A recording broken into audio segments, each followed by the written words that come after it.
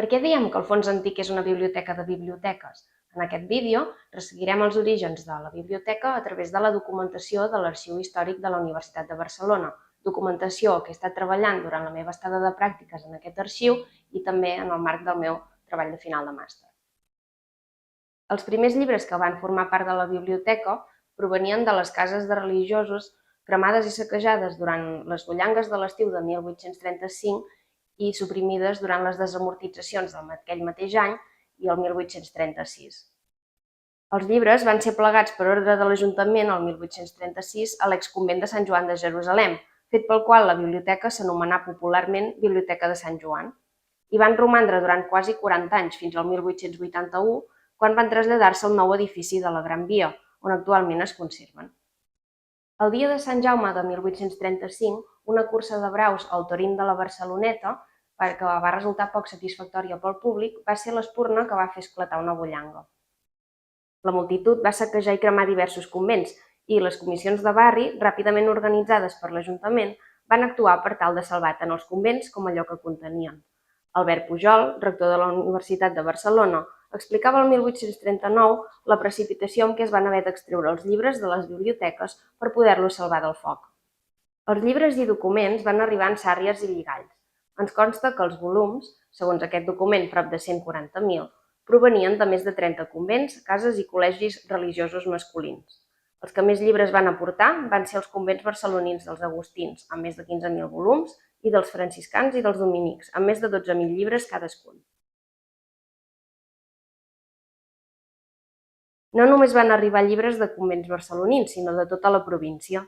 N'és un bon exemple aquesta relació de 64 sàrries, que contenen prop de 2.500 volums, tots provinents de Sant Cugat del Vallès, que van ser rescatats del monestir el 1845. Les tasques de catalogació i de col·locació dels 150.000 volums es van allargar durant anys, més enllà de la inauguració de la biblioteca l'any 1840. El director, Joaquim Roca i Cornet, comentava en un informe que l'any 1841 la biblioteca feia més una funció de dipòsit de llibres que no de biblioteca. La ubicació de la biblioteca a l'exconvent de Sant Joan de Jerusalem va ser conflictiva. El 1839, el bibliotecari, Josep Martí Pradell, demanava a la reina Maria Cristina tot el primer pis de l'edifici per a ús exclusiu de la biblioteca.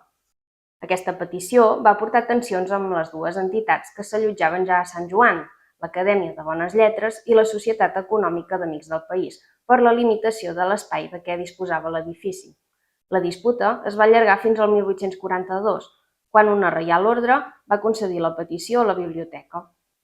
El 22 de setembre de 1838, una reial ordre estipula que les biblioteques de caràcter provincial es posin a càrrec de les universitats, però no va ser fins al 1847, quan era rector Joaquim Rei Esteve, que la disposició es va fer efectiva. Tot i que les biblioteques disposaven de grans fons bibliogràfics, el seu caràcter obsolet i la manca d'edicions modernes feu que durant els anys 50 la reina dictés la formació d'una comissió central encarregada de determinar quins llibres necessitaven les facultats espanyoles. De fet, el 1855, els duplicats constituïen 2/3 parts del total del fons de la biblioteca. En aquest context, Marià Aguiló, en aquell moment bibliotecari segon, comprà més de 150 volums d'obres modernes a canvi de 250 duplicats en un viatge a Lió. Però també va ser gràcies a Aguiló que el 1858 es van salvar 54 còdecs medievals de la destrucció en una fàbrica de coles. Efectivament, el director de la biblioteca, Roca i Cornet, va sol·licitar al rector l'adquisició d'aquests manuscrits, que actualment és el fons de manuscrits més antics del fons antic. Va ser igualment rellevant l'arribada de quasi 3.000 volums de la Biblioteca d'Osona, fruit del repartiment dels duplicats de les obres ja conservades a la Biblioteca Nacional d'Espanya d'aquesta important col·lecció. En aquest ofici, el director general d'Instrucció Pública demana al director de la biblioteca que indiqui les obres de la col·lecció del Duc d'Osona que manquen a la Biblioteca de Barcelona perquè els siguin enviades. L'any 1881 es portà a terme el complex trasllat de la biblioteca a l'edifici actual de la plaça Universitat. En aquesta comunicació, Marià Aguiló expressava dramàticament que per afrontar el transport i col·locació dels 100.000 volums, molt afectats pels corcs, calia una ampliació de la plantilla. Hem vist les vicissituds que aquest nucli original de llibres va patir fins a la seva arribada a aquest edifici, el seu volum i les seves múltiples procedències.